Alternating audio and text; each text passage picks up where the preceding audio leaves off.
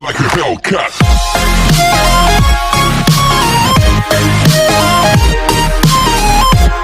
Tempat lahir, tempatku tutup mata. This is Aceh, negeri ini berbeda. Sahabat Hasanul Bolkiah, Banda Aceh, video seorang pria tengah membakar bendera merah putih viral di media sosial. Polda Aceh turun tangan menelusuri video tersebut.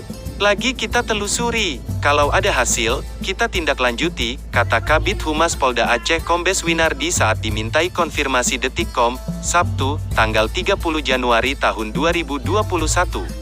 Dilihat dari video viral yang diunggah di Instagram, bendera merah putih awalnya dikibarkan pada tiang terbuat dari kayu. Seorang pria yang mengenakan kaos oblong lalu menyulut api dari bawah. Dia juga menyiramkan minyak ke bendera dengan menggunakan botol air mineral. Dalam hitungan detik, bendera merah putih ludes terbakar. Video direkam di lokasi yang ditumbuhi pepohonan. Video viral itu memakai lagu Aceh berjudul Panglima Perang. Belum diketahui lokasi dan identitas pria pembakar bendera merah putih tersebut. Polda Aceh masih menyelidikinya.